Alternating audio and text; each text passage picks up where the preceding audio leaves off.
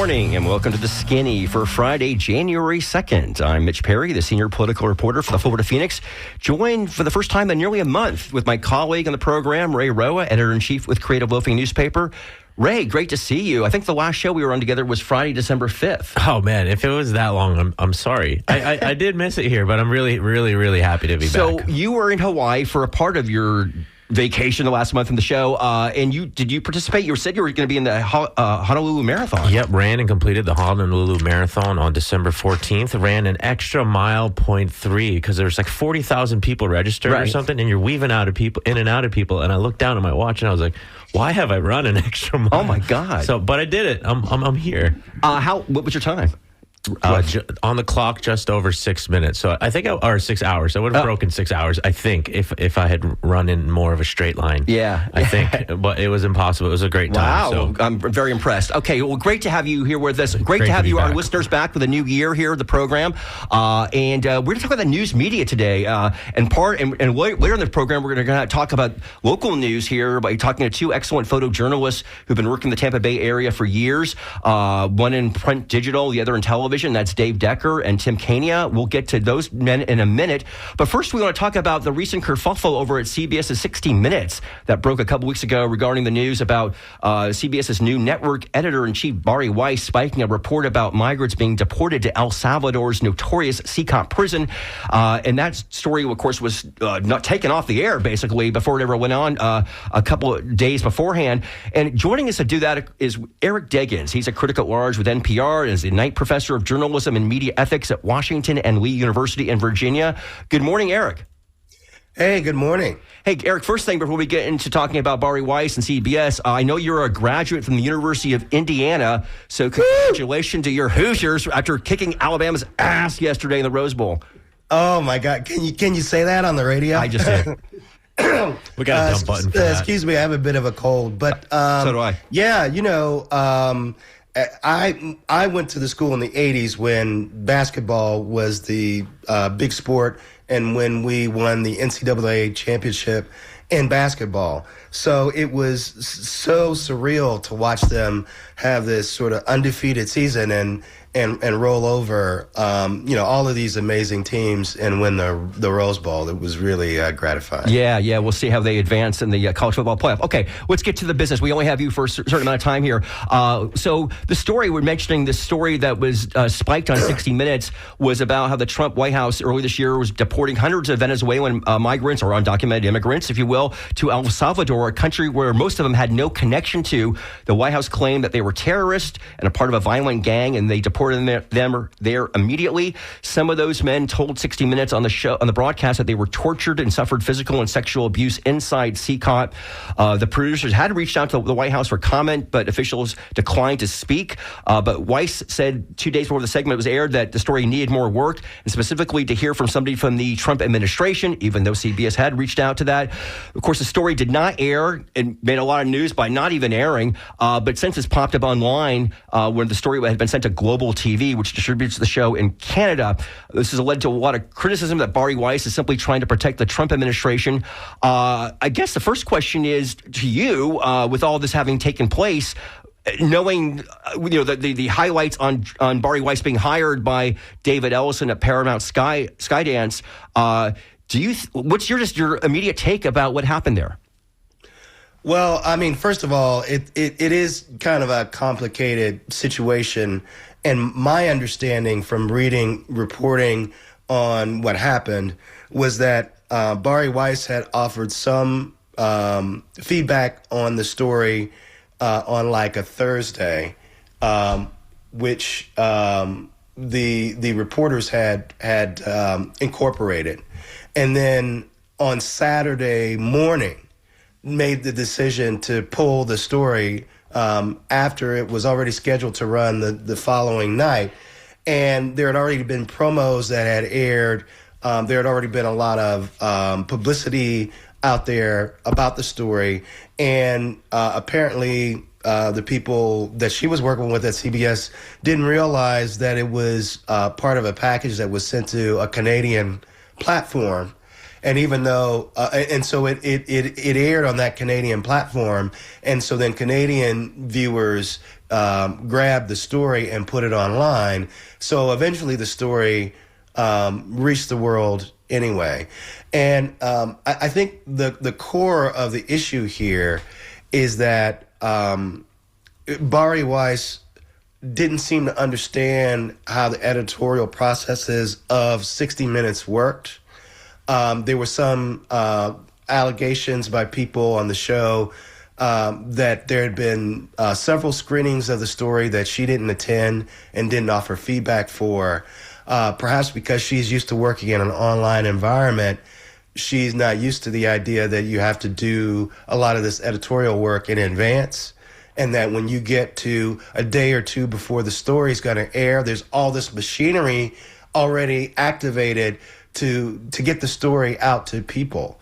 I think there's also concern that 60 Minutes is still the most popular news magazine on television, and until now had the best reputation for hard-hitting journalism. And so if you can't adequately defend pulling a story, and again, they're saying, Bari Weiss is saying that they were holding the story, that she didn't spike the story. She was holding the story, suggesting improvements and suggesting that it could air later. Now, who knows whether that's going to happen now, because the original version of the story has been available to so many people. But I think the core problem here is that Bari Weiss has not sufficiently articulated to the staff what they're doing that is somehow substandard or needs correcting. This is a larger issue, I think, than this one story. She has sort of come in and, again, according to reporting that I've read, said during, meetings, why don't people trust you? And suggesting that somehow the journalists are at fault, that somehow their reporting hasn't been good enough or hasn't been wide-ranging enough to earn the public's trust. But she hasn't specifically articulated where CBS News is falling short or what she's going to do or suggest that the journalists there do to behave better or to improve what they're doing.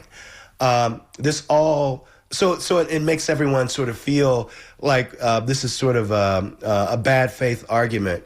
And what she's really trying to do is curb the stories that will anger the Trump administration and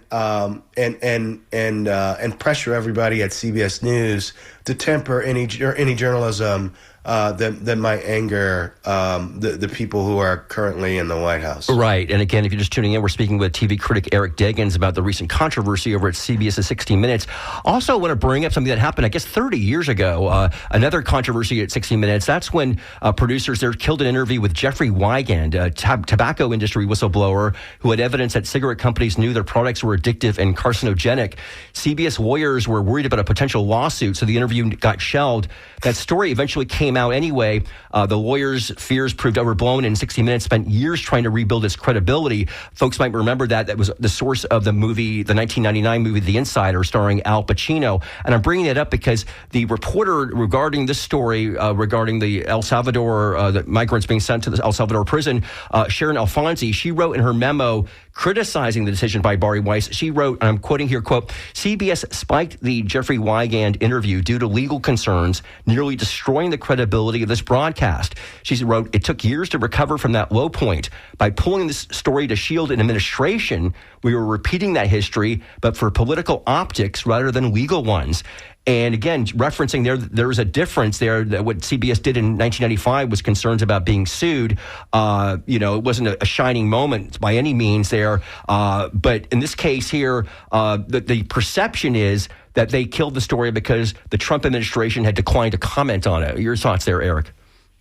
Well, again, Bari Weiss's point of view would be that they didn't kill the story, that they held the story. Right. And that they want the journalists to do more work on it. Bari Weiss is so new in this job that it's going to be up to her to prove that when she says something like that, that it's actually true. We're going to have to watch to see whether or not that story actually resurfaces and whether or not she's able to use her contacts to get somebody to deliver some magic comment that's going to somehow make the story better. What's important to me about the Wygant story, besides the fact that it did harm the reputation of 60 Minutes, is that the reason why that story got out is that the producer of the segment, Lowell Bergman, refused to be silent and spoke up about what happened. And that's why the public figured out what happened. And so 60 Minutes has a long history of its correspondents and producers being willing to push back against leadership when they make decisions that they think are antithetical to the journalism values of the show and of CBS News' legacy.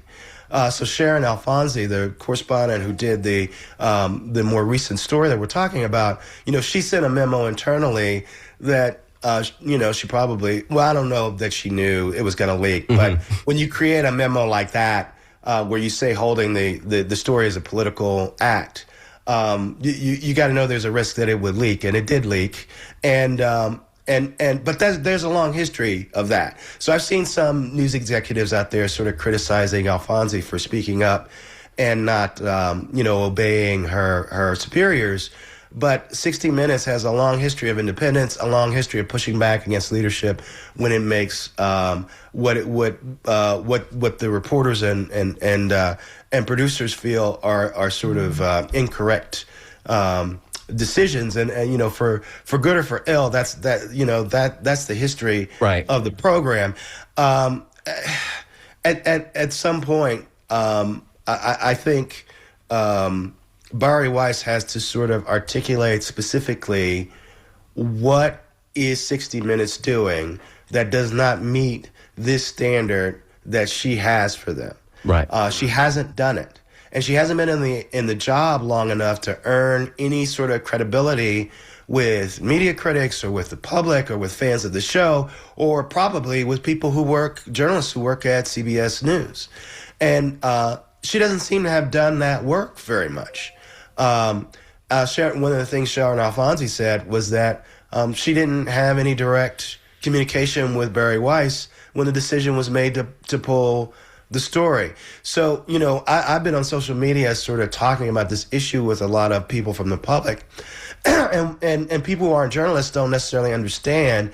If you've been working on a story for months and you've gone through several different edits and you've had your top editor-in-chief make suggestions and then you implemented them and you thought everything was okay, and then there was a last-minute decision to pull the story and that editor did not talk to you, and there's already a concern that this editor is making decisions in favor of the Trump administration, and you're worried that that's going to affect your credibility and that's going to affect the credibility of the program.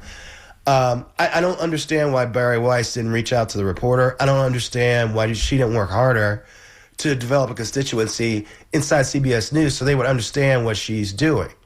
That's what makes all of this look so hinky.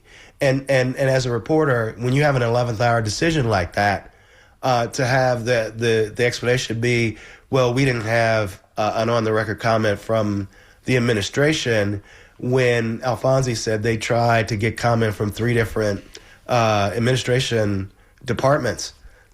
It all sounds very, very hinky.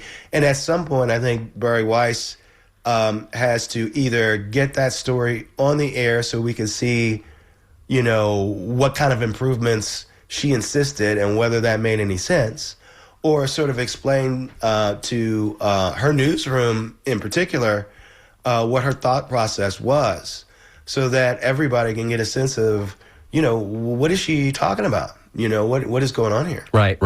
Okay, we'll leave it there. We've been speaking with Eric Deggans, a critic at large for NPR and the Knight Professor of Journalism and Media Ethics at Washington and Lee University in Virginia, and of course a former longtime contributor with the Tampa Bay Times. Eric, thank you so much for talking to us this morning.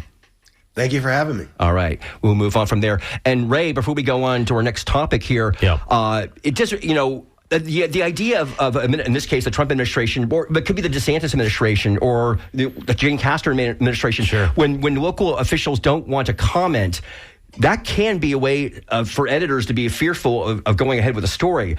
And I've seen it happen just right now with the Florida Department of Corrections, for example, Sure. where you write about, often I have written about issues there, the correction system, and some of it's controversial, and a lot of it's controversial, and sometimes you're only getting it from the perspective, in my case, of reporting from loved ones of inmates, right? If there's abuse going on there or bad food, bad situations going on there, and you really almost need the Department of Corrections to verify there's a problem. They can argue about it or whatever, but give you comment.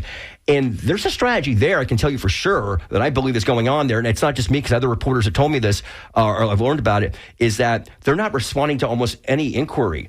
And so it has stopped some of my stories from going forward, because you need to know that at least it's actually happening. You're not just basing it from one source. Now, it's different. I mean, I think, again, you've got to reach out. That's all you can do. But does that mean if they don't, officials don't come back to you, you can't write the story, report it? Yeah, I mean, that's the age-old. Oftentimes when you're investigating stuff with police, for instance, this failed pit maneuver in Ybor that ended with 4 people dying at Bradley's, the age-old open investigation, how long is this thing going to be open? They're just going to wait for it to go away. And I think, especially with a guy like you, you put so much good faith into putting the story out, and if they don't want to comment, I mean, it would break my heart as an editor to not run that, especially knowing where you're coming from, Mitch. Really objective, down the middle, if I can say that, and fair. So, I mean, if they're not going to talk, I get what you're saying, but you can't leave the reporter's work out there, in my opinion. Yeah. So it's something that our listeners can consider here. Okay, we're going to move on now. Talk about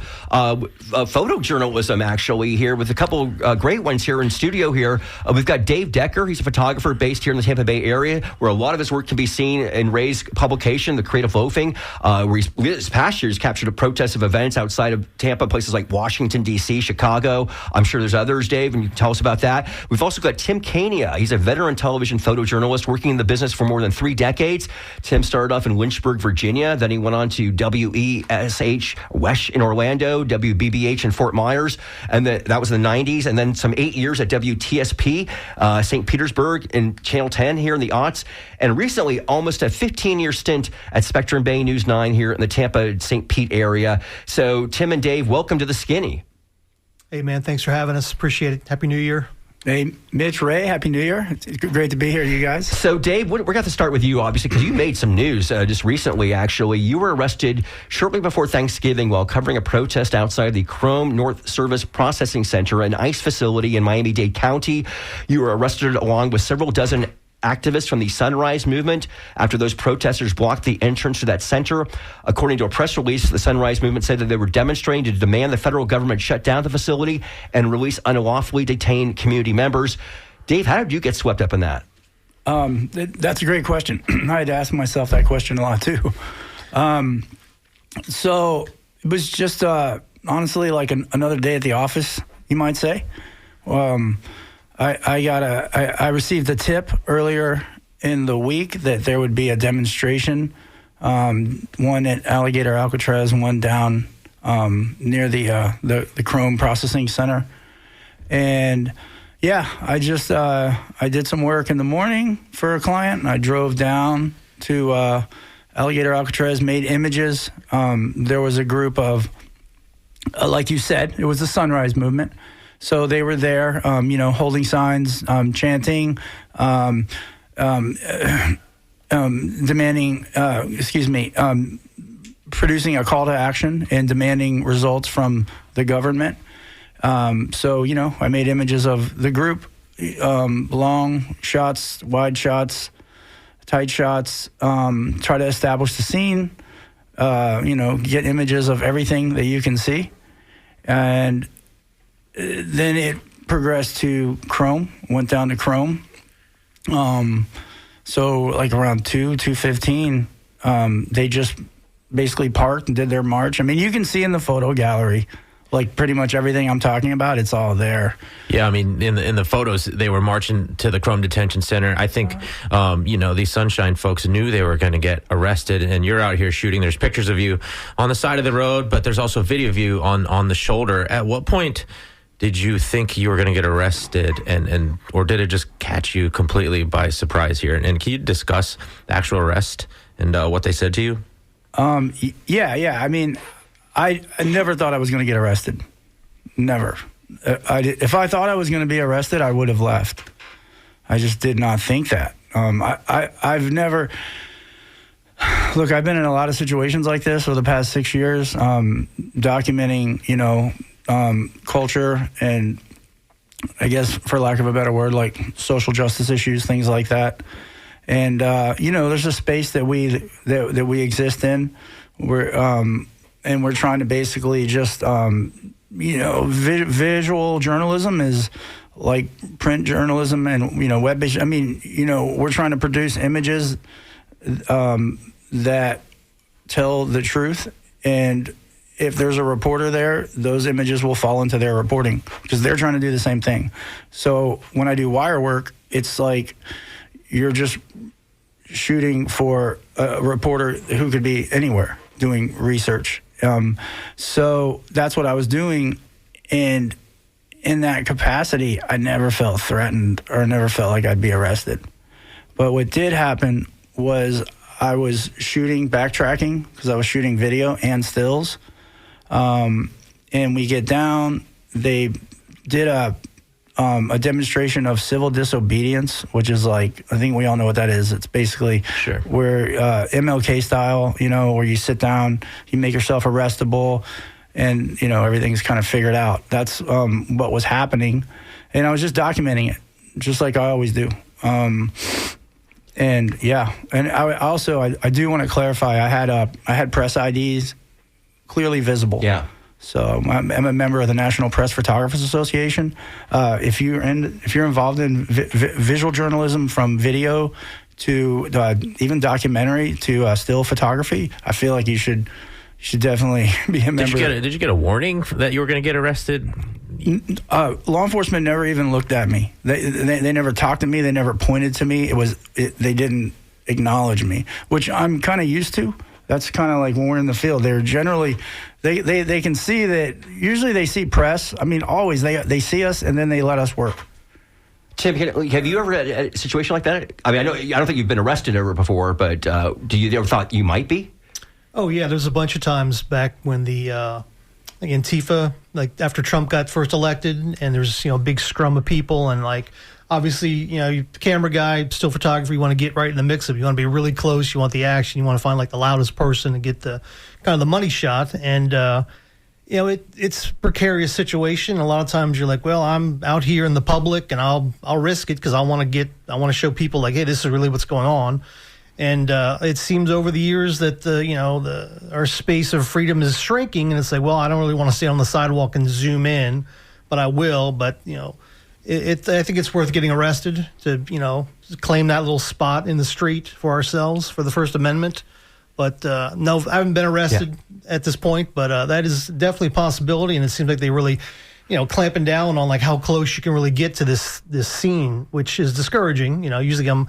In the 90s, you could stand right next to like a firefighter where he's like, hosing a house down. Now you're like 2 blocks away behind 2 rows of police tape. So anyway, it's like a massive gaggle. You know what I mean? It's just like.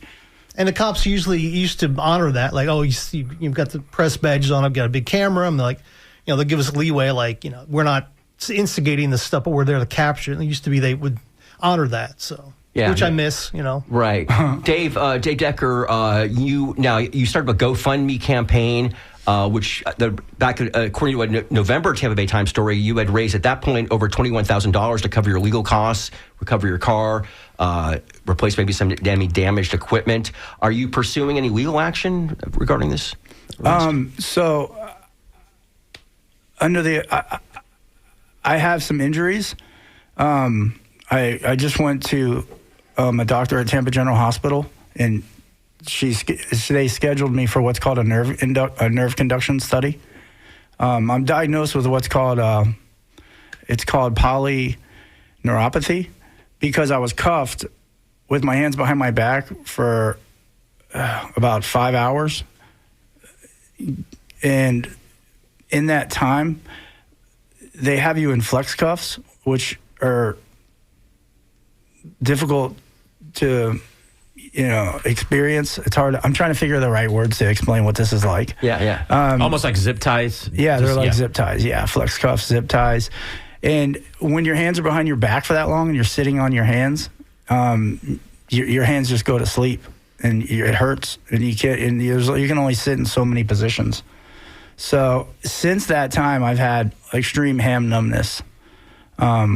I can still play guitar. I play in bands. I can still do everything, but it hurts all the time, especially when I wake up because you're tight. Yeah. So you got medical issues for sure. Yeah, medical issues, and then there's wrongful arrest. Mm-hmm. I mean, yeah, we should say that the charges have been dropped against Dave. It was surprising to see the state attorney was going to pursue these. I remember watching court in the morning. I think it was like Sunday morning in Miami, watching criminal court for hours, and never saw Dave. And I think you were in jail for 36-something hours like that. It was a long time, almost 2 days, but the charges weren't dropped against you until I think December 16th. Yeah. So almost 3 weeks after your arrest. Yeah, I was arrested on Saturday afternoon. I was cuffed, and I was released from the actual jail on Monday morning around 4 in the morning. Wow. So it was quite an adventure. Now you work for Zuma Press. Who was Zuma Press? So Zuma Press is a wire service. Okay. They're a press wire service, kind of like some other notable wire services out there like Getty, AP, Reuters. I'm asking because I know you were in Illinois covering an immigration protest outside of Chicago in September when you were shot and hit by pepper balls by federal officers. Can you give us a little more color about what happened there? Yeah, that was interesting. So that was the federal government. And they were they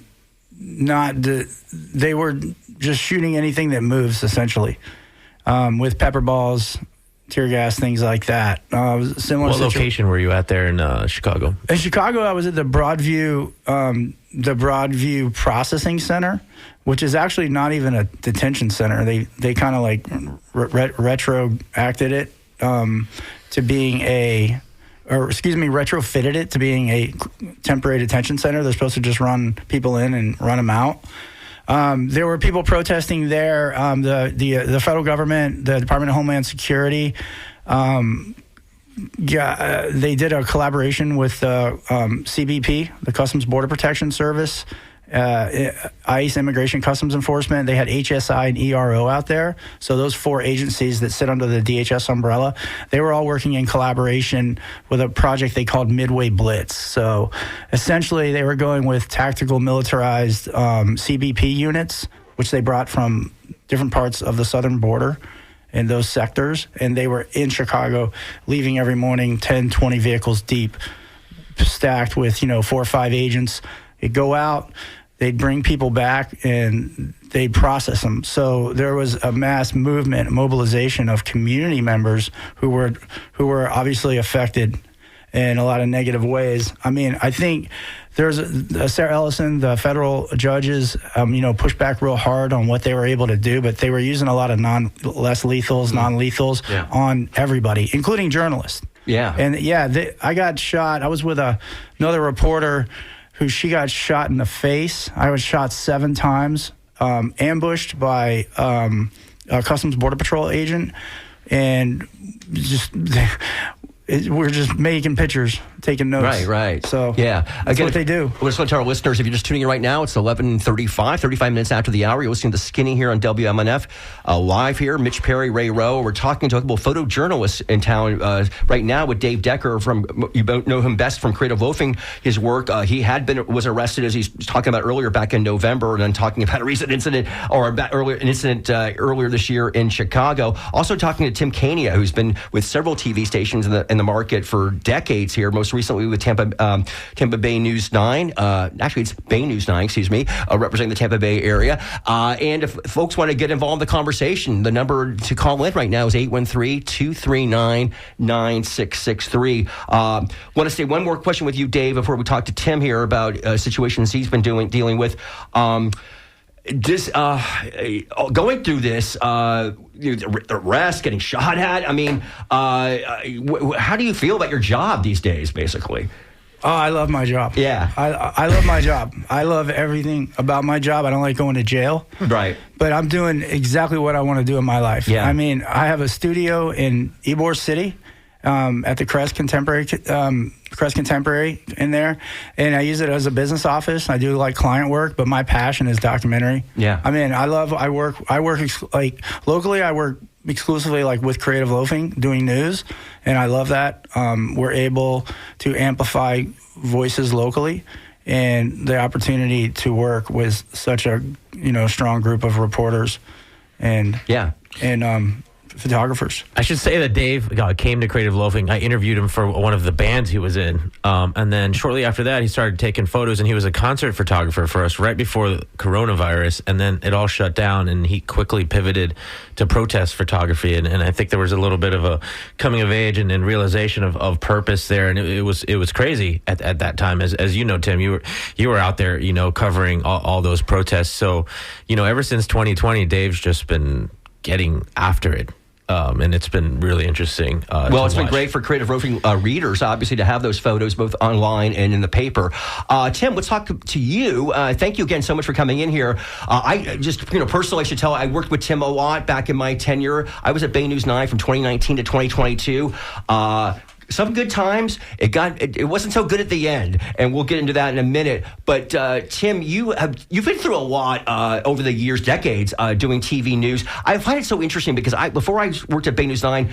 I'm a reporter. I try to follow everything. I probably watch less TV news coverage than reading it or listening to it, in terms of getting my news consumption. But I know a lot of people get it through television. They really do. That's the power of local television news. What's it been like, your journey, just doing it over the decades, and how news directors go about covering news, and where do you think the industry is right now? Yeah, I wanted to first say, Dave, I'm sorry all that happened. I really respect you for being out there in the trenches. So hopefully thank you, brother. Won't happen again. But I respect you for being out there. Yeah, I started in '92, and I worked with some older guys in a bureau. And my boss was he was liberal, but he did not take anything. He did not bring that to any stories we do. He was very fair, and he told me that the role of the media was to be the government watchdog, which I had never heard that before. But it makes sense because no one else can do that because they have full-time jobs, but it's the role of the media to really look at the government and inspect them and hold them accountable, which is a noble thing. So I started out, doing a lot of city council stuff and whatnot. And then over the years, I really enjoyed feature work, and I enjoyed, taking pretty pictures and, shooting, beautiful things in nature, like, God's beauty, and that kind of helped me get, move beyond city council meetings and county commission meetings. And, that has been something that, I really made me rise to the top no matter what station I was at. And then, obviously features, you can kind of overdo it and you can kind of get soft because you might say, hey, you got to go out and cover this protest, or can you run out and do a press conference real quick and throw up a live shot? So you don't want to get stuck in that one vein too much. Right. But, creatively, that's a great outlet for me. And I kind of parlayed that into different jobs, moving market to market, and did investigative stuff when I was a chief photographer down at CBS station in Fort Myers, which is, very fulfilling. And over the years, just, the friendships that I've made with people, the deeper friendships, deep emotional connections, in addition to doing great work, kind of serving them as an older, despite my youthful appearance, I'm mostly older, close to the age of people I work with now. You were born in 2000? What? That doesn't make any sense. They don't even remember 9/11, which is just weird to me. Yeah, right. But serving as a mentor, and putting people at ease where, obviously I want to do something creative and emotional and memorable and visual, but it's later in life, serving others, being a servant leader and right. Putting people at ease because they're younger, maybe writing out of fear and being nervous, but knowing they're with me. I know where everything is, puts them, again, at a level of comfort, which again is fulfilling, being a mentor. And also, I'm really glad to have served like that. The thing I learned, obviously, doing TV news, working with you and with everybody else at Big News 9, is like how much of a team reporter and photographer are. Now, I did that when I was doing print as a creative loafing. I had some photographers I worked with, but not every time I'd go out with a photographer. But in TV, you literally do go out. It's the only way it's done is with the photographer, and you really, the right reporter puts the words down, the photographer puts the pictures up, and you really need to be in sync. And it's good if you're in it helps. You don't have to be in a good relationship or a relationship at all with your photographer if you're a reporter. But boy, it helps because you're sharing that product up there. But the photographer, nobody knows usually him or her behind the scenes. They see the reporter's name up there and there's that person talking all that. But I just found that was very rewarding to me, Tim, is that collaborative effort because it had to be totally collaborative. And in my case, I was totally novelist television news. I was really hired at Big News 9 in 2019. They said they didn't care they had any visual background because they wanted somebody who knew Florida politics and Tampa Bay politics. Yes, and the photojournalists will make you shine. Yeah, so. and they mostly did. Absolutely. You did. Adam Vance did. They had me work with him. Others there. But that was something that's really, I think, no people would not know if they don't watching TV news and they see this in front of your face, But there's that teamwork that has to happen. That I found really enjoyable. Yeah, no, and you really do need two people to go out and tell a good story because sometimes I'll shoot something and be like, hey, I shot this thing. Maybe you could say something like, the sun rained down in an orgy of illumination, which you would never say that because that's over the top. But something like that would help the reporter. Oh, that's good. And they steal that from you. And then you're shooting something and they might tap you on the shoulder. Hey, this guy over here is doing this thing and you wouldn't see because you've got your, face, buried in this camera shooting over here. So the reporter helps the photographer as well. And then over time, getting older, getting more mature, you quit acting like you know everything, and you're glad that the reporter is suggesting stuff. And even when the thing's done, the reporter might say, hey, it's a little long, maybe we could trim this, change this. And I've learned to go, all right, I'll give it a shot. And it's usually better. So, and again, I appreciate a reporter, being paid to write beautiful words and have a great sounding voice. And I attribute a lot of my success later in life to the fact that, people that I work with are true professionals and I'm just kind of riding their coattails. I mean, I'll knock myself out, shoot a ton of stuff with, great shot composition, great shot variety and seamless audio beds and all that stuff. And, make it technically as flawless as I can. But the, reporter's voice and the words they're saying and the structure, it's usually them. And again, I won a lot of awards because someone else is really doing the heavy lifting. And I'm just, spending time afterwards, which I enjoy, crafting something. It makes them happy. It makes me happy. So I've been blessed to be able to, win more awards than I thought because I'm older and I wasn't even trying to do this stuff. I'm and that's another story, but for another show, but, it's been good. So. Not to yell at clouds too much here, but, as news changes and news companies and especially for-profit ones continue to find ways to, improve the bottom line for them and more reporters are going out by themselves and even cameramen going out by themselves. Oh, yeah. What is a community and news-consuming community losing out on when somebody goes out by themselves? I think for the reporter, which I've seen personally, they're kind of, out there maybe fearful, people realize they have to use both part of their brain of I got to worry about the visuals, which they didn't get into the industry to be photographers or editors. They got to worry about the visuals. They got to worry about the audio. And then the story suffers because they're kind of worried can I shoot this thing properly? Will it look right? Did I shoot enough stuff? And the story goes down because they're kind of doing it out of fear in a way because it's it's unfamiliar. Just if you jump into a helicopter and, it's not easy to learn how to, fly that. It takes, a year or many months to do that. And they're coming in, being forced to do it. So the story suffers. And then sometimes, photojournalist doesn't want to be a reporter, doesn't want to speak into a microphone, but they can ask questions. And they're, again, having to learn this stuff on the fly. And I think that really, unfortunately, makes the product suffer. And, you can't really fine-tune it because they're forced to do it with zero backstory and zero muscle memory. So I think visually, the product is lowered, and unfortunate the audience receives that, and I think it's unfair. I noticed going on a press conference, and again, if you're just tuning in, it's 45 minutes past the hour. You're listening to Skinny here in WMNF. Mitch Perry with Ray Rowe. We're speaking with Dave Decker from Creative Loafing, a photojournalist, and Tim Kania, Tim Kania, formerly with with Bay News 9 and many other stations, been a veteran photojournalist for decades here in Florida. speaking of just that, well, a couple things I wanted to say, Tim. One was about the fact that it seems like all new reporters who are hired have to be multimedia. They have to have that in college, basically, just shoot. But I cover most of the press conferences I cover these days are when DeSantis or one of the other cabinet officials, Uthmeyer or Blazing Gully, is in town. And there will be some reporters there, but there's more photographers there, photojournalists, TV camera guys there, mostly guys, than reporters. So I can always get a question, which is always cool for me because I want to get my question in so I can write my story around that.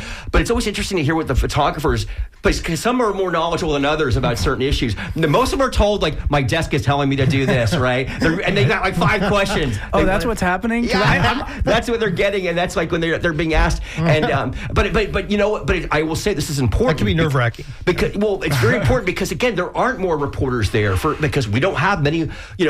Local reporting. I mean, I go to a lot of events. I don't see Tampa Bay Times people there ever. I mean, I'm not putting them down. I'm just saying they're not there. Okay, so you have me if I'm at this thing, and then you've got a couple of TV folks there, and so a lot of times they don't want you to ask all the questions I'm saying about the officials. So it's important for those photojournalists to ask hopefully good questions, but it really, and sometimes they don't, and then it's like, okay, thank you very much, and they leave, and it's like, damn, and I know like all the reporters I know in Tallahassee who cover politics are like, oh, I wish I was down there, but DeSantis never really does anything up in Tallahassee. But I've seen you do that obviously, and in some cases you're very aware because you follow news pretty closely, and other times you do rely on somebody from the desk to help you out there. Yeah, and I try to, obviously get those questions in. Sometimes you get a couple word answers. Sometimes the person will expound upon it. But, we do the public a disservice if we're not asking questions and being curious and even just not thinking like a reporter, but just thinking like naturally, like why did this happen? Exactly. Or will this happen again? Or like my favorite thing is when as a presser and someone, gets hurt and there's someone is convicted or something, I always say, like, can you forgive the person? Is there room for healing and forgiveness? To get like a real emotional answer from the person, which I think it gives a better soundbite because, like, I really want to know, like, hey, this guy killed your mom 20 years ago and he finally got convicted. Can you forgive him? Which makes it like a deeper, more emotional thing. So I try to ask questions like that, in addition to like trying to get, a politician to, answer when's this legislation going to be, hammered out or something. So. Right. Hey, we've got a call. John Dinkfelder from the Down and Dirty is, let's see, I make sure I get this right. John, are you there? Oh, wait, let me do it the right. Wait, what's going on here? Oh, let's do this. I'm sorry. I've been away for 2 weeks. John, good morning. Good morning. How you doing? Great to have you on here. Good. Real quick, 2 things. Number one, my wife, Lynn Marvin Dingfelder, was a TV reporter for many, many years at 2 different stations in the Bay Area. Her photog called her up the other day on New Year's Eve from 25, 30 years ago and said, hey, Marvin, you remember that story we did? We were amazing, but it was a team, the 2 of them together, and the photog was so important. Hold on, here she is. Welcome back, Mitch. Happy New Year. Hi, Lynn. Good morning. Hey, you know what? The relationship is sometimes like a marriage. Remember, there have been people who work together for years and years, and you just know how each other think. But I remember just being a cub reporter, and it was the photogs that really taught me. They taught me to take notes or to write my script in the car before I got back or whatever it was. But, it's a very important position. And if their stuff doesn't work, then you're doomed if you're on TV. And the other point I was going to make real quick was, as a former elected official, there's nobody more important than the press. We need the local press to come down there and cover City Hall. That used to be the Tampa Tribune and the Tampa Bay Times or the St. Pete Times would compete against each other, on these stories, and that would make council better, and that would make the city better. So anyway, those are my 2 points. Hey, well, John and Lynn, we really appreciate you chiming in here this morning. Thank you so much for that. Tim, let me ask you, you talked about mentoring people, and I always go up and down and say, oh, man, who's going to do this job anymore? But then you meet, fellow psychopaths who are, really into this. And I've met some really, really great young journalists through our internship program, and they're just really all about telling stories, but even more than that, helping the community understand issues and helping, give them, information to make decisions about their lives. And they're really all about it. What, in your view, is going to make a great and successful news photojournalist? Like a one-man band or just the camera guy? Yeah, like when you're interfacing with these young folks, they get so much of a bad rap, right? Like, oh, they're lazy, they do this and that. But really, there's so many young journalists out there who are just all about it. And what makes them great, specifically in the visual field? Yeah, and that's a great question. I do see a bunch of I call millennials, that's much younger people that do come out of college and they've got all the skills that took me 30 years to learn. They can do it. They're fluent in the video realm, and they do have a passion to tell stories, to help people, to be advocates for people, and to, like I said earlier, hold the government accountable about stuff. So I am seeing more of that, which is very encouraging, instead of some kind of devaluing narcissist that just wants to be on TV. So I'm encouraged that a lot of kids are coming out with the skills already in their back pocket. They don't have to worry about it. And they really do want to be someone that's in the community, a friend of the community, telling stories. So the fact that they already know how to write and use the iPhone and edit seamlessly without even having to learn that, they probably learned it in high school. So by the time they're like 25 years old, they're ready to go. So I see that a lot, which is encouraging. So, passion and love of people and love of doing something visual. I think those are the big things that need to exist that I do see in more and more young people, which is encouraging to me. So how much? Oh, go ahead. Mitch. How much do you see AI kind of contributing to the work or making it easier for photojournalists now? And maybe it's a question for both you, Tim and Dave. And how do you see it kind of hurting the industry and maybe further eroding trust? Where does it play out in the visual world of newsmaking? Yeah, I know for me with the latest edition of Adobe Premiere, it's got an AI button where if you run out of, if you need to shot the last 10 seconds, you only got 7, you can extend it and it seamlessly knows how to do that. And you can't tell a difference at all. And that is helpful. And again, I'm not trying to lie to the audience, when I'm doing that, but I'm like, I needed that shot to go 3 seconds. That's helpful. You can make graphics in 3 seconds. Like if you use Grok AI or something, you can do a full, 1080p thing with words and it looks amazing, You can animate it as well. So I think that's good, and I think we will learn how to use it for the good. I'm kind of an optimist about the future of how the world is. So I think we'll harness it properly. But it can, you could sit there and use that and make a whole package with, fake images that you're creating with a paid service, which again, if you're stuck, I don't know, you shouldn't do it. Because obviously we have iPhones, we can shoot whatever we want. So I think there is that double-edged sword that can help the lazy, but then the good person can enhance it and use it for the good. So what about you, Dave? Thinking about AI and how it's deployed now in newsmaking. And what you do, you literally point your lens at something, open up the shutter, light comes in, and you try to capture what's there. You get it in front of your computer. What does your relationship with AI look like, and how is it changing photojournalism since you started just, 6 or 7 years ago? So in photojournalism, we're held to such a strict set of rules in regards to how we alter an image or even in editing, right? So photoshopping. Yeah, we can't remove anything from an image. And no magic erasers. By the way, there's a controversy about that because New York Magazine has a cover shot right now of Zoran Mandami and his administration. It's all composite. Well, somebody left the administration she after this controversy, and they took that person out of the photo, and they didn't tell anybody about that. And so the New York Times wrote a story about this the other day, saying, fair. At least they should have mentioned that that photo was changed. And so, just talking what you're saying about. Yeah. I mean, it's interesting. So what we're told is that we can dodge and burn an image, basically and you can argue on how archaic rules are and things like that all day, have these ethical debates, but essentially what we do is dodge and burn. So lift shadows, maybe crush highlights a little bit, we curl crop in, but we can't really do a lot of changing. But AI tools in selecting images and things like that are really helpful. Right. So I don't have to use a Wacom tab to grab something. I can just grab a object selection in there, to help.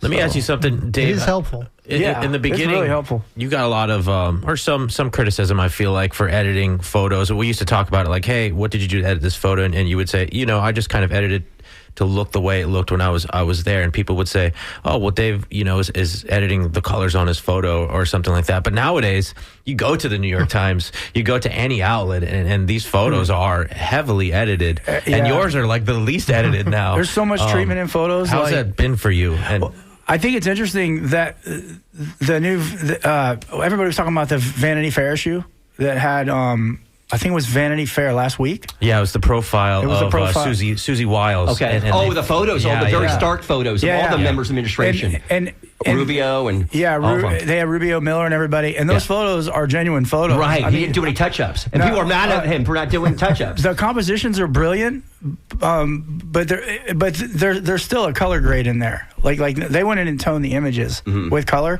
And I don't have a personal problem with that. But it's interesting, though, because it's drawing a lot of sharp criticism. Right. Very much so. Hey, we got a caller. Mike from Sarasota is calling in. Mike, welcome to Skinny. Hey, thank you very much for taking my call. I wanted to comment on the earlier story you did about Bari Weiss. Sure. And I just and I thought that your guest and I thought that you perhaps were being too what you might call fair. Too fair, if I can say that. That's a compliment, I think. Went beyond fair. Ultimate compliment. I thought you treated Bari Weiss with kid gloves, and I'd just like to point out that the obvious truth about Bari Weiss, I don't know if you call it Bari or Barry, is she's not a journalist like yourselves who's dedicated to the truth, but instead she's basically just another right-wing activist who's in the newsroom. And I say that because if you take a look at her history, she worked for the New York Times, whereupon she engaged in a flamboyant resignation and attacked the New York Times because it wasn't right wing enough. Then she founded the Free Press, which was skewed heavily to right wing. And then when she came on at CBS, she promised changes. And look who she works for. She works for David Ellison and Larry Ellison, right, who've also promised a right wing tilt in the media. So I don't know if you covered all that, but I think that... no, we didn't. And I appreciate that, Mike, for sure, because that is a context. I didn't want to get too much into leading up to talk about the specific issue, what happened but that's what people are certainly weighing when they judge what Bari Weiss did. Is she just doing the bidding of the Trump administration because this is what David Ellison wants? Absolutely, yeah. That's full context. Yeah, brought out because I didn't hear that. Okay, that's fair. Thank you, Mike. That's fair. Okay, so we only got a couple of minutes left. Before we lose our guests here, anything else, Tim or Dave, that you want to talk about? About the industry. We said this before the show. Tim, quickly, you worked in local TV news for decades.